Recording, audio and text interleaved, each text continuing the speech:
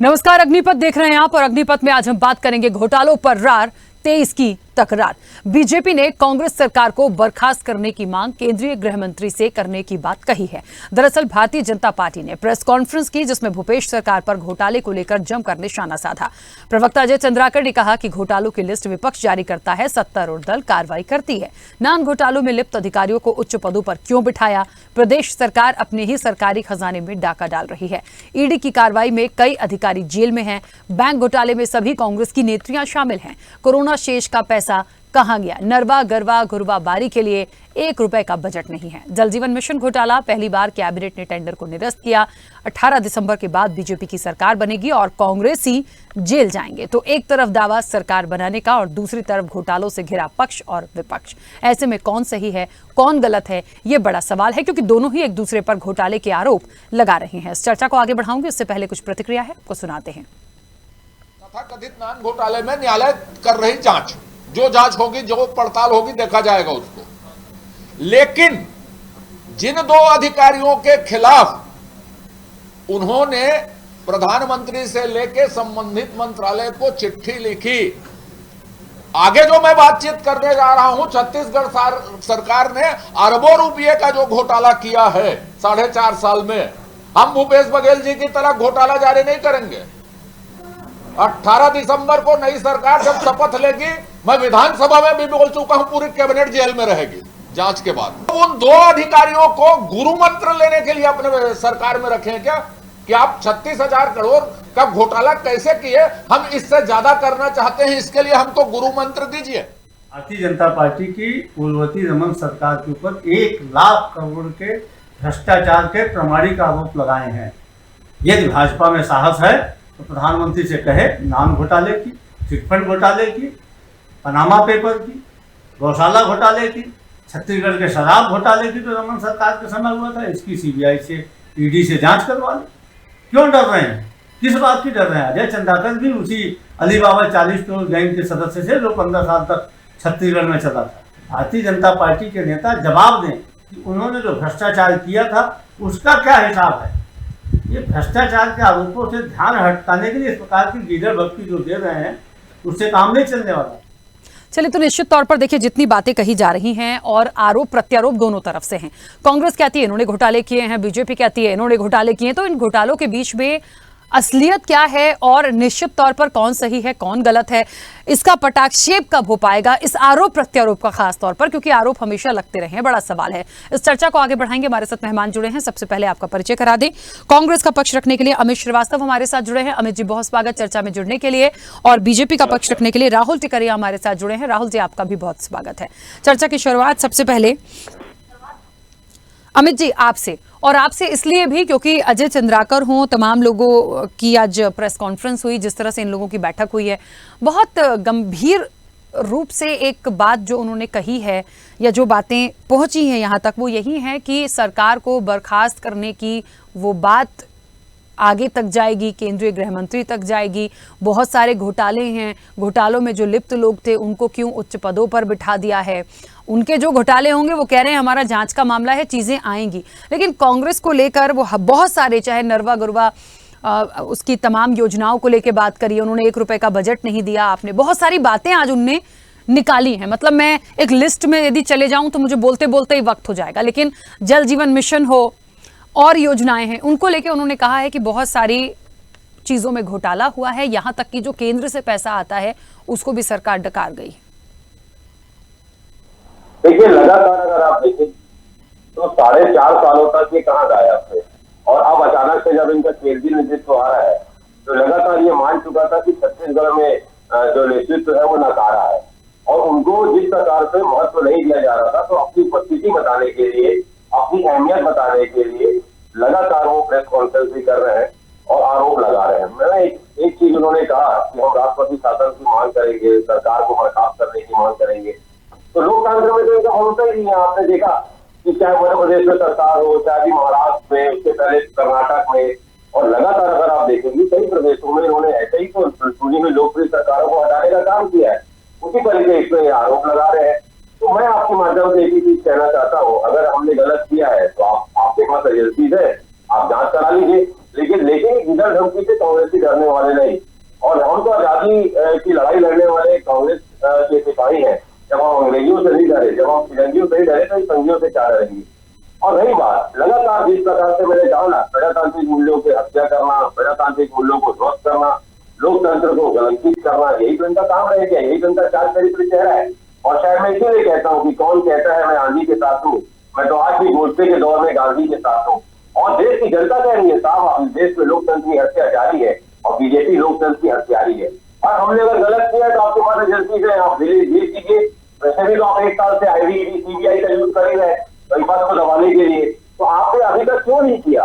इसीलिए जनता भी समझती है साहब कि अब चुनाव आ रहा है और चुनाव के 3-4 महीना पहले इस तरह की आरोप लगाना और ये कहना कि सरकार को बर्खास्त कर दो, ये बताता है इनकी नाकामी, कि इनको मुद्दाहीन हो चुकी बीजेपी को ये लग रहा है लोकतांत्रिक प्रक्रिया से हम यहाँ सरकार नहीं बना पाएंगे, इससे दूसरे दरवाजे से। लेकिन मैं आपको बता दूं छत्तीसगढ़ है, छत्तीसगढ़ ने सारे परसेप्शन को ध्वस्त किया है बीजेपी के, और इसीलिए शायद छत्तीसगढ़ मॉडल को पूरे देश में पतन किया जा रहा है। और इस बार भी इनकी दाल यहाँ पर नहीं गलेगी।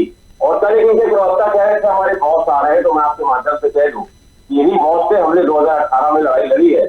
और कल जो बॉस जो है वो भी 2018 में आए थे प्रचार करने, और चंद्रा की सभा में उन्होंने कहा था इस बार 65 पार और आप जनता के आशीर्वाद से हम 68 हुए और अब 71 हो, अब हम 71 है।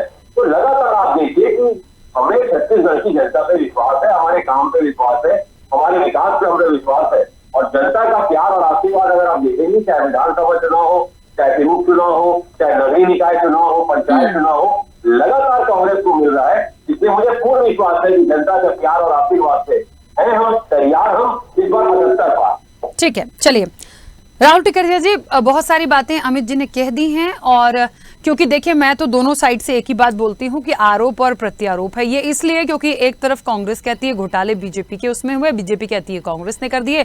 बड़ी बड़ी बातें वहीं आके रुक गई हैं, इसलिए हमने आज बात भी रखी घोटालों की रार, है ना, और 23 की तकरार। तो इसलिए क्योंकि चुनाव है तो ये तमाम बातें सामने आएंगी। लेकिन असल में यदि देखा जाए तो कितने घोटाले किस शासनकाल में हुए हैं, उसकी जांच अभी तक चल रही है तो क्यों चल रही है, दोषी क्यों जेल में नहीं है, ये जिम्मेदारी किसकी है। विपक्ष की जिम्मेदारी है सवाल उठाना, लेकिन ये भी तो देखिए कि क्या बीजेपी के शासनकाल में कोई घोटाले नहीं हुए, कहां गया वो मामला। कांग्रेस को कार्रवाई करनी चाहिए थी, कांग्रेस की सरकार के जो घोटाले उस पर कुछ नहीं हो रहा। ऐसे में जनता को क्या मैसेज जाता है। देखिए सबसे बड़ी बात तो कांग्रेस आरोप लगा रही है कि भारतीय जनता पार्टी की सरकार में तमाम प्रकार के आरोप लगाए गए कि ये भ्रष्टाचार हुआ। मैं आपने जैसे आपने खुद स्वयं कहा कि एक जो सरकार होती है वो आरोप नहीं लगाती, कार्रवाई करती है, और जो भ्रष्टाचार हुए उससे खुलासे करती है। मगर ये दुर्भाग्यजनक है कि कांग्रेस की सरकार 4.5 साल हो गए यहाँ पे छत्तीसगढ़ में इनको बने, कुछ माह की ये सरकार बची हुई है, मगर आज भी ये जब कोई खुलासे करते हैं, कुछ ईडी कुछ कार्रवाई करती है तो ये कहती है कि ईडी की जबरदस्ती कार्रवाई की जा रही है, ईडी को दबावपूर्ण हमारे लिए छोड़ा गया है। तो ये जो सरकार है उसके बाद पिछले सरकार के घोटालों को सामने लाती है। आखिर में आरोप लगाने का काम क्या सरकार का होता है? कोई भी सरकार का काम आरोप लगाना नहीं, उस पर कार्रवाई करना होता है। अगर कहीं पे गुनहगार है तो उसको सलाखों में भेजने का काम होता है। तो कांग्रेस की सरकार जो आरोप लगा रही है जो निराधार है, अगर इनके पास कोई पुख्ता सबूत है, कुछ घोटाले हुए हैं तो आप भेजिए और उसे जनता के बीच में प्रस्तुत कीजिए। ये आपको आरोप लगाने का कोई अधिकार नहीं है, आप सत्ता सरकार में बैठे हुए हैं। हाँ, हम विपक्ष में है, मगर हम आरोप लगा रहे हैं, हम आपसे मांग कर रहे हैं। जैसे अभी शिक्षा के मामले में हुआ, घोटाला, एफआई घोटाला, अब देखिए CSPDCL घोटाला, उसके बाद वन आरक्षण के घोटाला मामले में एक यहाँ का छत्तीसगढ़ का बच्चा चमरगांव विधानसभा का, जहाँ से वन मंत्री जी आते हैं, वन विभाग के ही आरक्षक का परीक्षा होता है, जिसमें दौड़ में वहाँ के एक लड़के और लड़की ने उसे बोल्ट और टूटी उषा को पछाड़ दिया। इनको ये छोटे छोटे नौकरी में जो रखते हैं इनको ओलंपिक के लिए दौड़ाना चाहिए। उसके बाद आप देखिए शिक्षक भर्ती का जो मामला है, 3 दिन पहले व्यापम ने रिजल्ट जारी किया, जितने लोगों ने परीक्षाएं दी उस 93 अधिक लोगों का को पात्र घोषित कर दिया गया। कैसी सरकार बैठी है, हठधर्मी सरकार। छात्रों के मामले में भी जब आवाज उठाई जाती है तो ये जांच कमेटी नहीं बैठाते। और आप देखिए कोल घोटाले के तो उप सचिव सोमेश्वर रुपया गिरफ्तार है। अगर झूठे होते तो क्या कोर्ट उनको जमानत नहीं देती? आप देखिए शराब घोटाले में इन्होंने शराबबंदी के लिए गंगा जल की कस्में खाई थी, शराबबंदी का वादा किया था अपने घोषणा पत्र के घोषणा इन्होंने वादा किया था पूर्ण शराबबंदी करेंगे, मगर इन्होंने शराबबंदी नहीं किया, शराब का कोटा बढ़ाया और शराब पे 2000 करोड़ का घोटाला किया। किसने किया? कांग्रेस के रायपुर महापौर इजाज ढेबर के भाई अनवर ढेबर ने, जिसे गिरफ्तार किया। और ये कहते हैं कि हम जबरन आरोप लगाते हैं। अरे भाई, अगर हम जबरन आरोप लगाते तो कोर्ट इनको जमानत क्यों नहीं दे रही है? इनकी जमानत बार बार खारिज क्यों की जा रही है? उसके बाद तबादला घोटाला देखिए इस सरकार में, 7 से 8 जगह तबादला क्या कहता है। ठीक है राहुल जी, अमित जी ने भी और आपने भी, मैंने कहा ना, मैं घोटालों की यदि ब्यौरा लेने बैठूंगी या घोटालों की लिस्ट लेके बैठ जाऊंगी तो फिर ऐसे तो बहुत सारी बातें चर्चा निकल जाएगी। बात इतनी सी है कि अभी यदि भारतीय जनता पार्टी कह रही है या जो आरोप लगा रही है या आप कह रहे हैं कि जो सेंट्रल से जो पैसा आता है योजनाओं के लिए वो भी ये डकार गए हैं, तो फिर छत्तीसगढ़ में जो एक ग्रोथ दिखाई जा रही है, जो बताया जा रहा है, जो भूपेश बघेल की लोकप्रियता कही जाती है, क्या वो सब कैसे है? लगातार जो कार्यक्रम आयोजित होते हैं उसमें सबसे पहले सरकार के जो दिग्गज हैं, जो भूपेश बघेल हैं, वो दिखते हैं कैसे? देखिए, बिल्कुल मैं स्पष्ट करना चाहूंगा, इनका जो योजनाओं के बारे में कहते हैं नरमा गरबा गुरुआ वाली, छत्तीसगढ़ की सरकार इन 4 फार्मूले पे चल रही है। मगर आप देखिए जो 4 फार्मूले पे जो इनकी योजनाएं हैं, मनरेगा और 15वां वित्त पे चल रही है और दोनों राशि केंद्र सरकार की होती है। आप 15 फाइनेंस के विषय पे चले जाइए, पंचायत किसी भी पंचायत को मुश्किल से 4 से 5 लाख रुपया मूलभूत व्यवस्था के लिए 15वां वित्त के रूप में केंद्र सरकार भेजती है।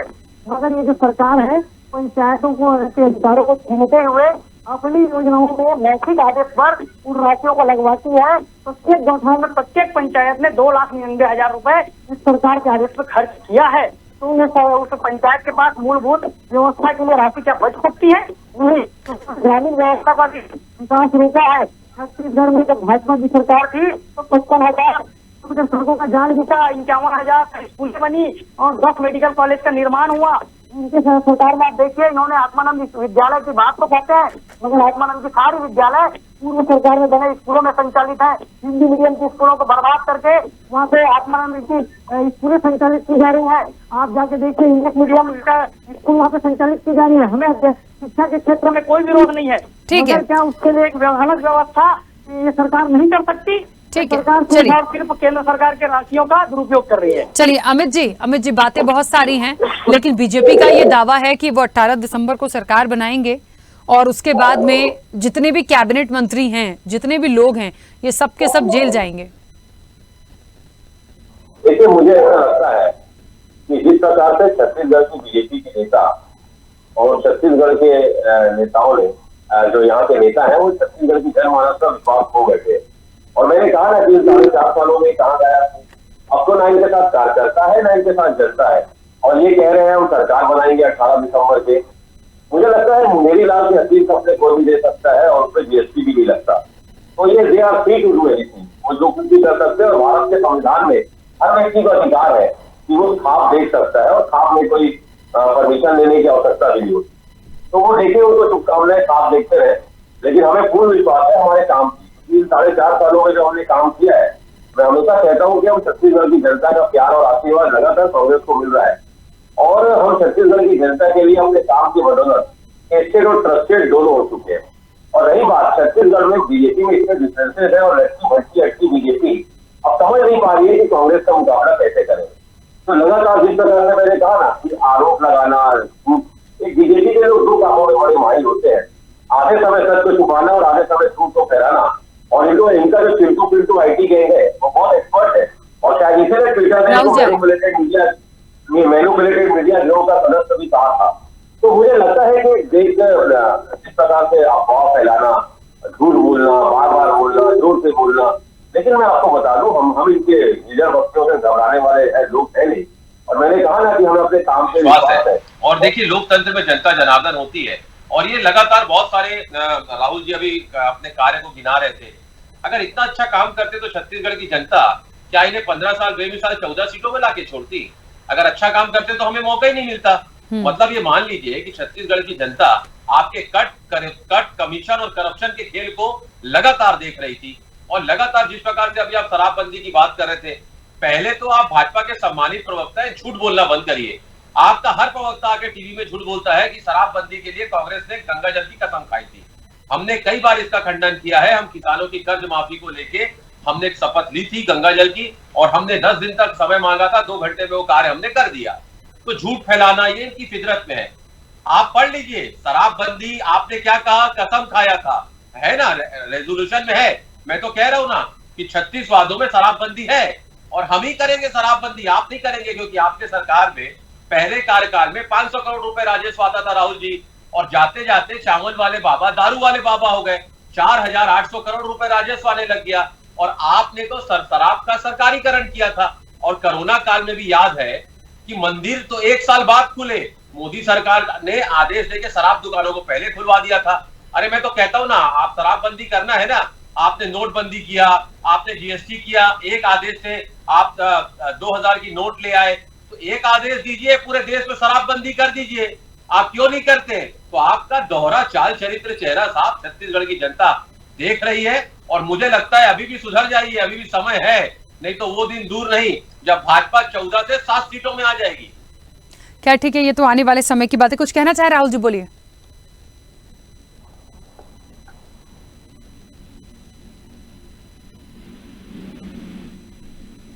आपकी आवाज नहीं आ रही है राहुल। राहुल जी, आपकी आवाज नहीं आ रही है। हाँ, अब आ रही है, बोलिए। हाँ, सियासत विषय ये रहा कि कांग्रेस के प्रवक्ता हर बार ये कहते हैं कि हमने घोषणा पत्र के अधिकांश बिंदु पूर्ण कर लिए। ये इनका घोषणा पत्र है। आप घोषणा पत्र में जाके देखिए, दूसरा क्रमांक, चौथा क्रमांक, 6वां क्रमांक, 7वां क्रमांक, 8वां क्रमांक, ऐसे अगर मैं गिनती लगाऊं तो 29 क्रमांक ऐसे 36 बिंदुओं से में से जिनको इन्होंने अभी तक छुआ नहीं है। अगर प्रवक्ता, चूंकि एक समय सीमा रहता है चैनल का, मैं इसमें सारे बिंदु नहीं बताऊंगा, मगर 29 बिंदु ऐसे हैं जिनको इन्होंने 36 बिंदु में से छुआ भी नहीं, और ये किस मुंह से जनता के बीच में जाएंगे। और कांग्रेस के प्रवक्ता जी एक आरोप लगा रहे थे कि मोदी जी ने शराब की दुकानें खुलवाई। इतना दुर्भाग्यपूर्ण और झूठा आरोप है। आप देखिए, छत्तीसगढ़ में गरीब जनता का, एक मजदूर का और सब्जी बेचने वालों का, एक ठेला चलाने वालों का काम बंद था, मगर छत्तीसगढ़ की सरकार की शराब की दुकानें संचालित हुई, ऑनलाइन शराब भी सरकार ने बेची, और तो और सरकार ने शराब को बढ़ावा देने के लिए प्रीमियम शराब फेल डाले। और ये जो कह रहे हैं ना कि भारतीय जनता पार्टी की सरकार ने शराबबंदी के लिए क्या किया, आपको बता दो, भारतीय जनता पार्टी की सरकार ने 1500, 2000, 3000 आबादी वाले कोलसा के ग्रामीण क्षेत्रों में शराब की दुकानें बंद की जा चुकी थी। लगभग 800 शराब की दुकानें भारतीय जनता पार्टी के 5 साल की सरकार में बंद की गई थी। तो हम शराबबंदी की ओर अग्रसर थे, शराब को नियंत्रित करने की ओर अग्रसर थे। कांग्रेस की सरकार ने उसे बढ़ावा दिया और शराबबंदी की ऐसा वादा कर इन्होंने जबरदस्त शराब का घोटाला किया। कुछ कह रहे हैं अमित जी, बोलिए बोलिए।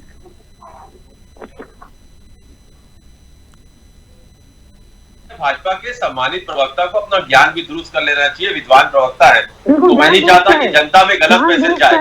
और देखिए, लगातार मैं आपको बता दूं कि हमारी सरकार ने 101 से ज्यादा शराब की दुकानें बंद की हैं मैदानी इलाकों में, और लगातार अगर आप देखेंगे तो देसी शराब 15% और विदेशी शराब 10% की बिक्री में कमी आई है। तो ये बताता है हमारी प्रतिबद्धता। हमने कहा है शराबबंदी करेंगे तो सरकार ही शराबबंदी करेगी, दूसरी कोई सरकार नहीं कर सकती। और इनमें तो हिम्मत ही नहीं थी, इनके तो नेता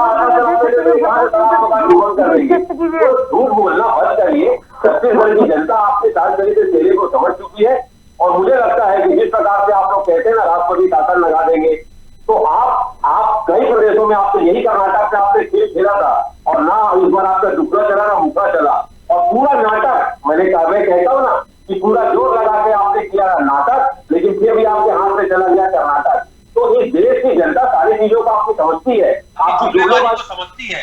और मैं यही चीज कहना चाहता हूँ राहुल जी कि कुछ लोग जुगनू की रोशनी में भी मगरूर हो गए, कुछ लोग जुगनू की रोशनी में भी मगरूर हो गए, और हमने सूरज की रोशनी में भी अदब नहीं खोया।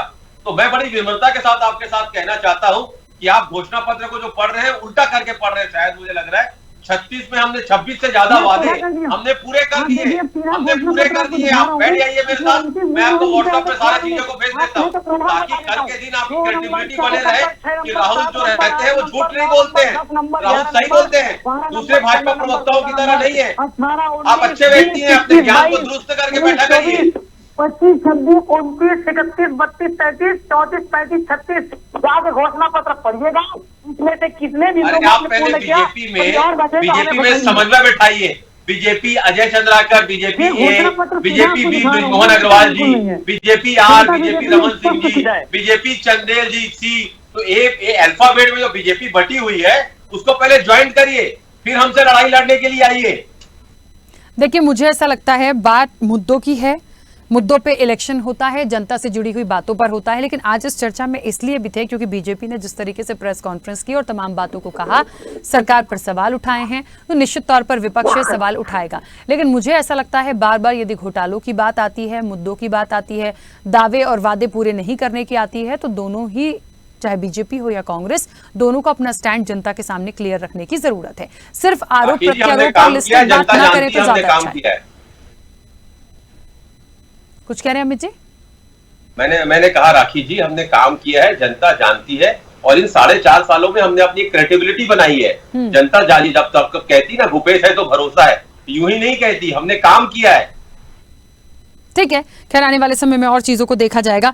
राहुल जी, क्योंकि आपने तो, बीजेपी ने तो दावा ही कर दिया है कि हम 18 दिसंबर को सरकार बना रहे हैं और पूरी कैबिनेट को शपथ के बाद जेल में भेजेंगे, तो ये वो मोमेंट देखने लायक होगा कि सच में ऐसा कुछ हो रहा है कि नहीं। लेकिन पूरे प्रमाण भी दिखाने होंगे।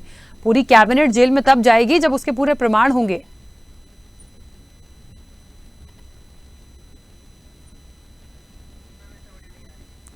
राहुल जी, आपकी आवाज नहीं आ रही है। हाँ, अब आ रही है, बोलिए।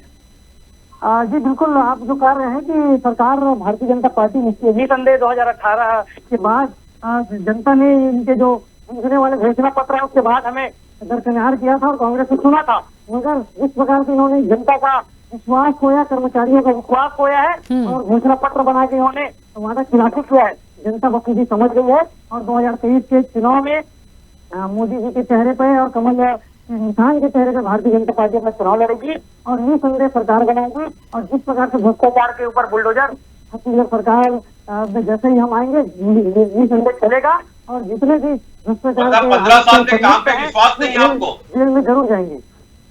खैर, अब ये आने वाले समय में देखेंगे। चलिए, समय की सीमा भी है अब, क्योंकि लगातार इलेक्शन है तो चीजें हमारे सामने आती रहेंगी। आप दोनों का बहुत शुक्रिया इस चर्चा में जुड़ने के लिए। निश्चित तौर पर देखिए, कहीं ना कहीं घोटालों पर रार है और तेज की तकरारें होना ही है, क्योंकि ये तमाम चीजें, जो बातें जो सामने आ रही हैं, ये कई सवाल भी खड़े कर रही हैं। तो सरकार बनने पर कांग्रेसी अब जेल जाएंगे और निश्चित तौर पर बीजेपी ये तमाम बातें कर रही है। इन बातों का कितना क्या मतलब है और क्या होगा, ये आने वाले समय में हम देखेंगे। लेकिन आरोप प्रत्यारोप में तो फिलहाल ये दोनों ही घिरते से नजर आ रहे हैं। चर्चा में इतना ही, दीजिए इजाजत, नमस्कार। ऐसे ही वीडियोस के लिए लाइक करें, शेयर करें, फॉलो करें, YouTube पर जाकर सब्सक्राइब कर बेल आइकन दबाना ना भूलें और ताजा अपडेट्स के लिए स्वदेशलाइव.com पर जरूर जाएं।